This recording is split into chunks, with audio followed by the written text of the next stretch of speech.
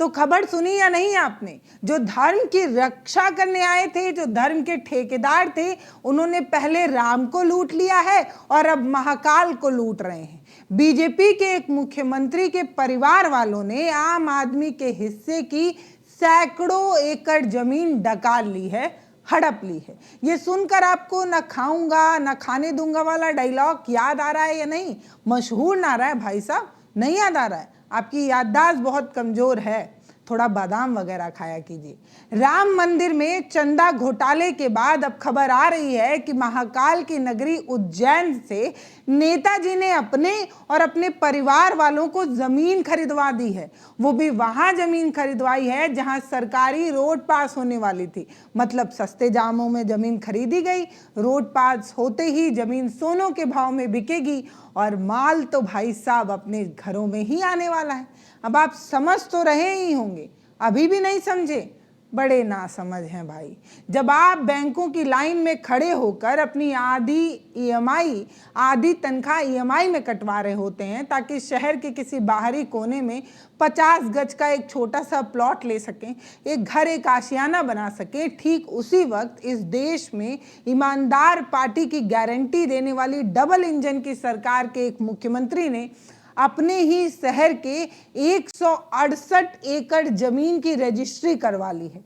वो भी ठीक उस जगह करा ली है जहां कल को सरकारी पैसे से एक चमचमाती सड़क गुजरने वाली है। समझ रहे हैं दोस्तों? आज बात होगी उस चश्मे की जिसका नंबर मध्य प्रदेश आते आते इतना बढ़ जाता है कि मुख्यमंत्री जी के परिवार द्वारा खरीदी गई 335 एकड़ जमीन दिल्ली में बैठे आकाओं को नजर ही नहीं आती। अंधे हो गए हैं या अंधे होने का नाटक कर रहे हैं? आज बात होगी द इंडियन एक्सप्रेस की इस इन्वेस्टिगेटिव रिपोर्ट की, जिसने कट्ठा चिट्ठा खोल दिया है, जो ये बताता है कि विकास आखिरकार किसका हो रहा है और ये विकास किसके घर का रास्ता भूल चुका है। एक आम आदमी महंगाई, गरीबी, भुखमरी न जाने किस किस तरीके से पिसा जा रहा है और राम नाम पर लूट जो मच रही है, अब महाकाल के नाम पर जो लूट मच रही है, उसका सीधा फायदा किसे पहुंच रहा है, ये खबर बताती है।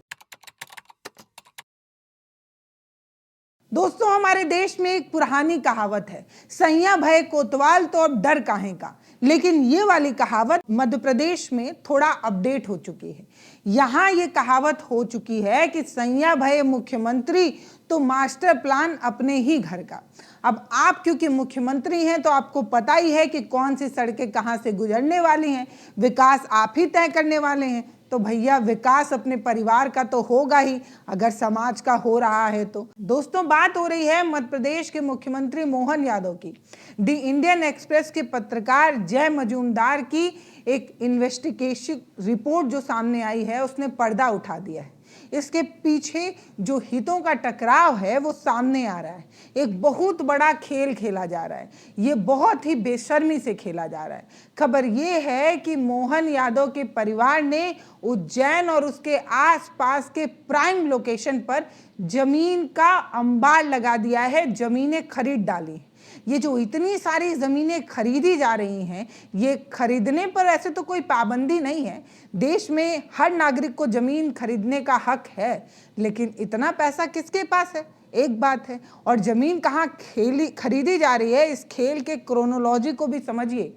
उज्जैन महाकाल की नगरी है, यहाँ विकास काफी तेज रफ्तार में होने का दावा किया जा रहा है। वहाँ इन दिनों बड़ा तैयारी हो रही है इस इलाके को अपडेट करने की। नई सड़कें बन रही हैं, जमीनों का रूप बदला जा रहा है। मई 2023 में उज्जैन मास्टर प्लान को 35 रिलीज करने की कोशिश हो रही है। इस मास्टर प्लान में बाकायदा ये तय हो रहा है कि उज्जैन में कहाँ से नई सड़कें निकलेंगी और कहाँ जो कृषि भूमि है यानी कि खेतिहर जमीन है उसे कॉमर्शियल या आवासीय जमीन में बदल दिया जाएगा। खेती की जमीन को खरीद कर उस पर आवास बनाना या व्यवसाय करने की अनुमति नहीं होती है, इसीलिए खेतिहर जमीन को कागज पर रेजिडेंशियल यानी कि आवासीय और कई बार व्यवसायी जमीन में बदला जाता है। ये खेल क्योंकि क्योंकि अधिकारी लोग ही खेलते हैं और आका की तरफ से इशारा होता है तो कर लिया जाता है। मई 2023 में एक मास्टर प्लान आता है। दिसंबर 2023 में मोहन यादव मध्य प्रदेश के मुख्यमंत्री पद की शपथ लेते हैं। उसके बाद शुरू होता है खुला खेल फर्रुखाबादी। सत्ता के गलियारों से निकला जमीन खरीदो अभियान। ये जो जमीन खरीदो अभियान है, ये आपने नहीं, अपने रिश्तेदारों से भी कराया गया है। रिपोर्ट साफ साफ बताती है कि 2024 से 2025 के बीच 45 करोड़ रुपए की 168 एकड़ जमीन खरीद ली गई। कुल 137 प्लांट हैं इसमें। कमाल का विकास है भैया, कमाल का। ये कोई मामूली जमीन नहीं है। इसमें से ज्यादातर जमीनें ठीक उस इलाके में खरीदी गई हैं जहां से नई सड़कें निकलने वाली हैं। समझ रहे हैं आप? जहां का लैंड यूज बदला जा रहा है। मतलब जो आदमी एग्जाम का पेपर सेट कर रहा है वो खुद ही एग्जाम की परीक्षा में बैठेगा तो टॉप कौन करेगा, आप बताइए। अब इन्हें पता है कि कहां से सड़क निकलने वाली है, कौन सी सड़क किसको जोड़ेगी, कौन सा लिंक रोड होगा, सब पता है। तो सड़कों के किनारे की जमीन को जो है वो खरीदा और बेचा जा रहा है। द इंडियन एक्सप्रेस ने मध्य प्रदेश के भूमि रिकॉर्ड से जो इंफोग्राफिक निकाला है उसे देखकर किसी भी आम आदमी का सिर चकरा जाएगा। मेरा तो भारी भी हो गया है।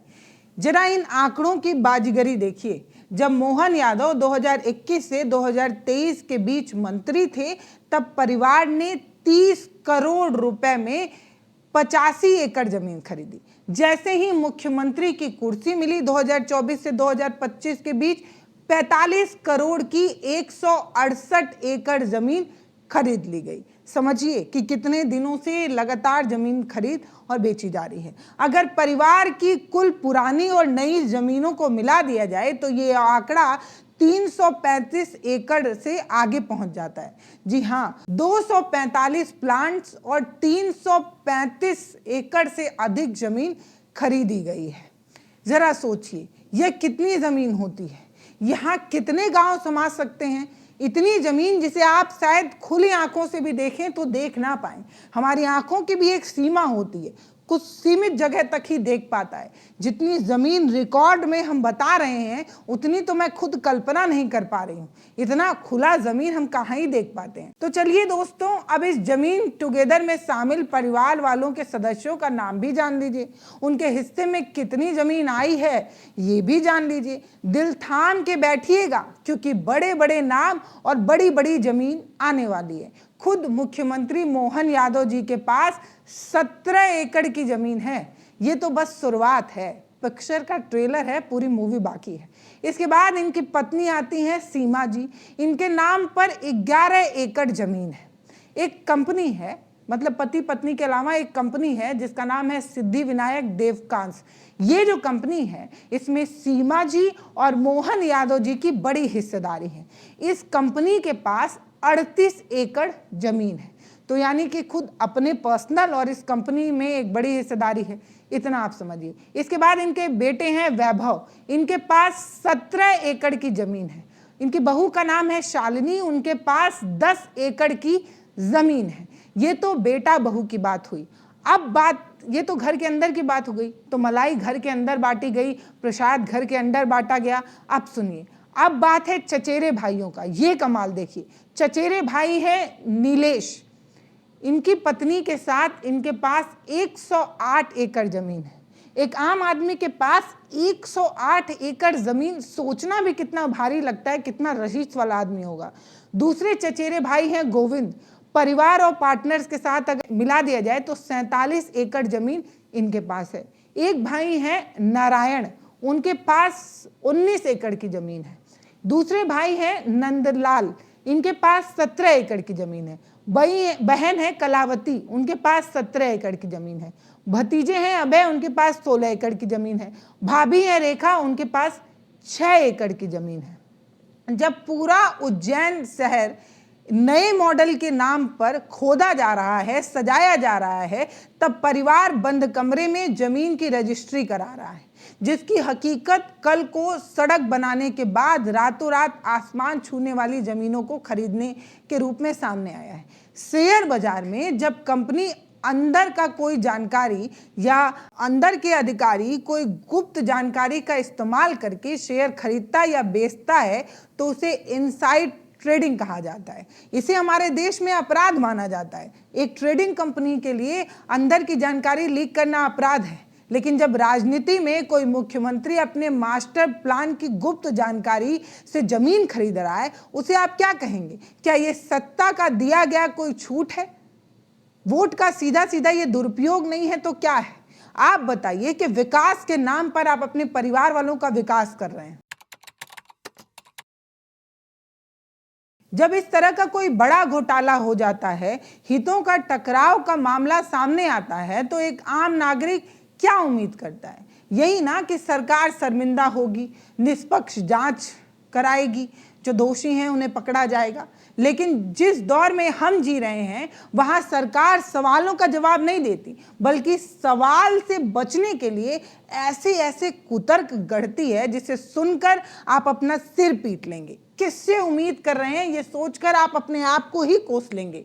रिपोर्ट के अनुसार जब इंडियन एक्सप्रेस के तमाम पत्रकारों ने इस मुद्दे पर मुख्यमंत्री कार्यालय को सवाल की एक लंबी लिस्ट भेजी तो वहां से कोई जवाब नहीं आया। खामोशी ही रजामंदी होती है, ये तो पुराना फॉर्मूला है ना, तो यही पुराना फॉर्मूला लागू कर दिया गया। लेकिन राज्य सरकार के कुछ गुमनाम अधिकारी जो नाम न छापने की शर्त पर मीडिया को ये कहते हैं कि चोरी और ऊपर से सीना जोरी, मतलब समझिए उनका जो ये जो बयान है ये कितना बेहतरीन उदाहरण है कि आप एक तो चोरी कर रहे हैं, ऊपर से सीना जोरी कर रहे हैं। अधिकारी कहते हैं कि मुख्यमंत्री के ये जो विस्तृत परिवार की सूची आप ले आए हैं, इस मामले को इससे जोड़ा नहीं जा सकता। वे लंबे समय से रियल एस्टेट के कारोबारी रहे हैं। जिन रिश्तेदारों का आप नाम ला रहे हैं वो पहले से ही रईस रहे हैं। एक अधिकारी ने तो यहाँ तक कह दिया कि मुख्यमंत्री की राजनीति में तरक्की को उनके परिवार के बिजनेस से जोड़ना सही नहीं है। मतलब मंत्री जी विकास कर रहे हैं, उसको उनके परिवार से क्यों जोड़ा जा रहा है? मंत्री जी विकास करें, परिवार भी विकास करें, आप आंख बंद करिए। क्या गजब का तर्क है। मतलब मोहन यादव जी दशकों से उज्जैन के विकास कार्यों में जुड़े रहे हैं। सालों तक उज्जैन विकास प्राधिकरण यानी कि डेवलपमेंट अथॉरिटी के चेयरमैन रहे हैं। मध्य प्रदेश में टूरिस्ट के प्रमुख रहे हैं, विधायक रहे हैं। जाहिर है उन्हें उज्जैन के चप्पे चप्पे के बारे में पता है और भविष्य में नक्शा जो पास होने वाला है उसकी भी पूरी जानकारी है। आप ही तो सत्ता से जुड़े हुए हैं तो जानकारी आपके पास होगी, ऑब्वियस सी बात है। उनके मुख्यमंत्री बनके ही उनके परिवार का 168 एकड़ जमीन खरीद लेना और ठीक नई सड़क के किनारे खरीद लेना, ये क्या बताता है? सरकार कहती है कि आम जनता जिसे सिर्फ एक संयोग मान ले। कैसे संयोग मान ले? मजाक चल रहा है क्या? मतलब सच में हम अंधे हो चुके हैं क्या? सबसे बड़ा पाखंड देखिए, जब चुनाव आता है तो वोट मांगा जाता है, तब ये नेता मंच पर गला फाड़ फाड़ कर चिल्लाते हैं कि पूरा देश मेरा परिवार है, 125 करोड़ देशवासी का मैं प्रधान सेवक हूं। जब जमीन के सौदे में गड़बड़ी पकड़ी जाती है, जब करोड़ों का खेल सामने आता है, तब यही अधिकारी कह देते हैं कि चचेरे भाई, भतीजे और भाभी को विस्तृत परिवार मानिए, उन्हें मुख्यमंत्री से मत जोड़िए, वो तो परिवार के अलग लोग हैं। सहूलियत के हिसाब से रिश्तेदारी तय करने का ये कोई नया फॉर्मूला है क्या? अगर है तो बहुत अद्भुत है, दिलचस्प है, मजेदार है। अब दोस्तों जरा जमीनी हकीकत पर आइए। अगर किसी आम आदमी की जमीन सड़क चौड़ीकरण पर या हाईवे के लिए सरकार द्वारा अधिकृत की जाती है, खरीदी जाती है या हथियाई जाती है, तो उस बेचारी पर क्या बीतती है, उसका क्या हालत होता है? उसे सरकारी रेट का थोड़ा सा मुआवजा पकड़ाया जाता है और बाकी अपने झोले में रख लिया जाता है। जब किसान अपनी जमीन के सही दाम के लिए कोर्ट कचहरी तहसील पहुंचते हैं और धक्का खाते हैं, तब तो कोई सामने नहीं आता, तब तो कोई उनकी नहीं सुनता और तब तो उचित मुआवजा भी कोई नहीं देता। अगर किसी आम आदमी को अपनी ज़मीन का लैंड यूज़ बदलवाना हो, यानी कि अपनी खेती की ज़मीन पर उसे कोई छोटी सी दुकान खोलनी हो, मकान बनवाना हो, या उसे सरकारी दफ्तर में कितने चक्कर काटने पड़ते हैं। अपनी ही ज़मीन है, घर बनवाएं या मकान नहीं बनवा सकता। कितनी रिश्वत देनी पड़ती है। बाबुओं से लेकर साहब तक कितने लोगों को खुश करना पड़ता है, हवाई चप्पल को घिस घिस कर परेशान हो जाता है। लेकिन यहाँ तो पूरा का पूरा सिस्टम अपना ही है। जब सरकार किसी इलाके को कृषि से कॉमर्शियल घोषित करती है तो उस जमीन की कीमत रातों रात 10 से 20 गुना बढ़ जाती है। जो लोग पहले से वहां सैकड़ों एकड़ जमीन खरीद कर बैठे रहते हैं, उनका मुनाफा आप कैलकुलेटर पर गिन नहीं सकते, इतना ज्यादा बढ़ जाता है। रातों रात जो जमीन बंजर थी वो जमीन सोना उगलने लगती है। ये होता है सरकारी कलम की ताकत। क्या भ्रष्टाचार का ये कोई नया और संस्थानगत मॉडल नहीं है? हम अक्सर भ्रष्टाचार का मतलब सिर्फ ये समझते हैं कि किसी ने सूटकेस से भरकर पैसा लिया है और किसी ने दिया है, लेकिन सिर्फ इतना ही भ्रष्टाचार नहीं होता है। जब सत्ता में बैठे लोग अपनी कुर्सी, अपने रसूख और सरकारी फाइलों की अग्रिम जानकारी का इस्तेमाल करते हैं, अपने परिवार को करोड़पति अरबपति होने का फायदा पहुंचाते हैं, तब इसे भी भ्रष्टाचार माना जाना चाहिए। उस सूटकेस वाले भ्रष्टाचार से 1000 गुना ज्यादा ये खतरनाक है, देश के लिए एक लाइलाज बीमारी है। देश में आजकल एक नया शब्द बहुत उछल रहा है, रेवड़ी। अगर किसी गरीब को 5 किलो राशन मिल जाए तो कितना ना मुफ्त की रेवड़ी बांटी गई, मुफ्त की रेवड़ी बांटी गई, रेवड़ी कल्चर, न जाने क्या कुछ कहा जाता है। महिलाओं के खातों में कुछ पैसे आ जाएं तो उसे अर्थव्यवस्था के लिए खतरा बताया जाता है। लेकिन जब सत्ताधारी अपनी ताकत का इस्तेमाल करके 335 एकड़ जमीन डकार जाते हैं तो इसे आप क्या कहेंगे? इसे आप क्या कहेंगे? ये रेवड़ी तो नहीं है, ये जरूर मलाई है, काजू कतली हो सकती है। इस पर चर्चा करना जरूरी है, लेकिन इस पर कोई चर्चा नहीं करता। सब चुप्पी साधे बैठे हैं क्योंकि रसगुल्ला मुंह में दबा हुआ है। अब आते हैं सबसे अहम और सबसे तीखे सवाल पर। जरूर से सुनिए, आपके हित से जुड़ा है। आप और हम सब जानते हैं कि इस देश में आजकल ईडी और सीबीआई कितनी एक्टिव है, कितना ज्यादा एक्टिव है। ऐसा लगता है कि जैसे उन्हें रात में नींद ही नहीं आती, हर समय किसी ना किसी का दरवाजा नॉक करती है। लेकिन जैसे ही इस तरीके की चीजें आती हैं, इस तरीके की एक्टिविटी सामने आती है, इन्हें नजर नहीं आता।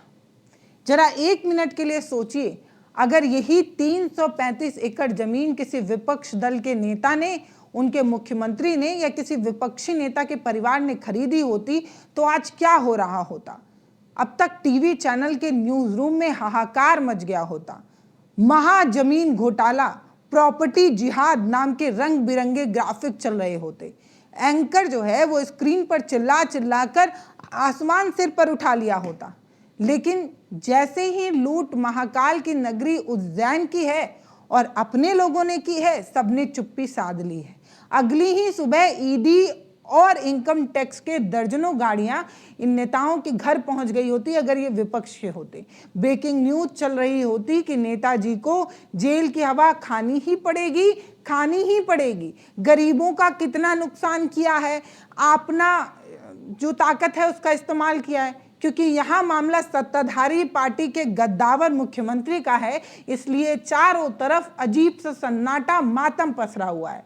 ऐसा लगता है कि जैसे जांच एजेंसी की रडार की बैटरी खत्म हो चुकी है या फिर वॉशिंग मशीन का असर कुछ कम पड़ गया है।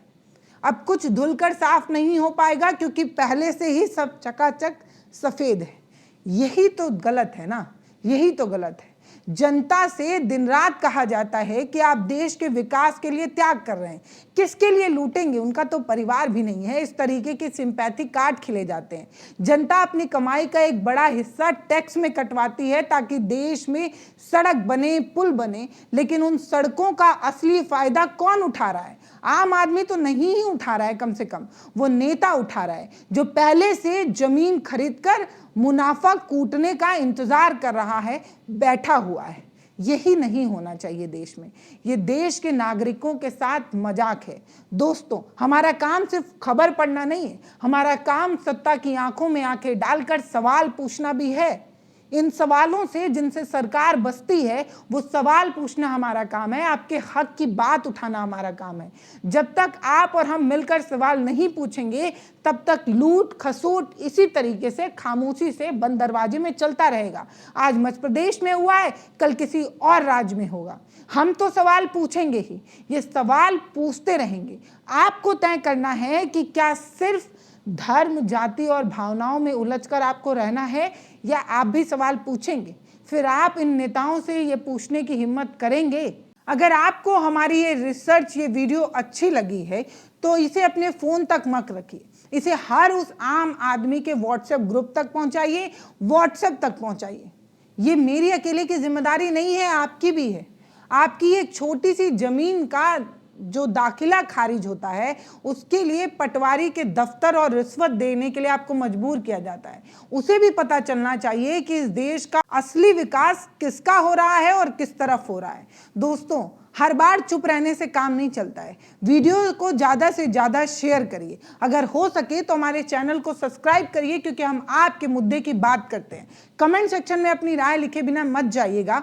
आपको क्या लगता है कि मुख्यमंत्री के इस जमीन अधिग्रहण अभियान की एक स्वतंत्र और निष्पक्ष जांच होनी चाहिए या नहीं होनी चाहिए? या फिर न खाऊंगा न खाने दूंगा फिर एक डायलॉग है जिसकी मियाद अब खत्म हो चुकी है? जब इस तरीके का डायलॉग आए तो इस वीडियो को याद रखिएगा कि अपने लोगों ने कितना खाया है और डकार तक नहीं ली है।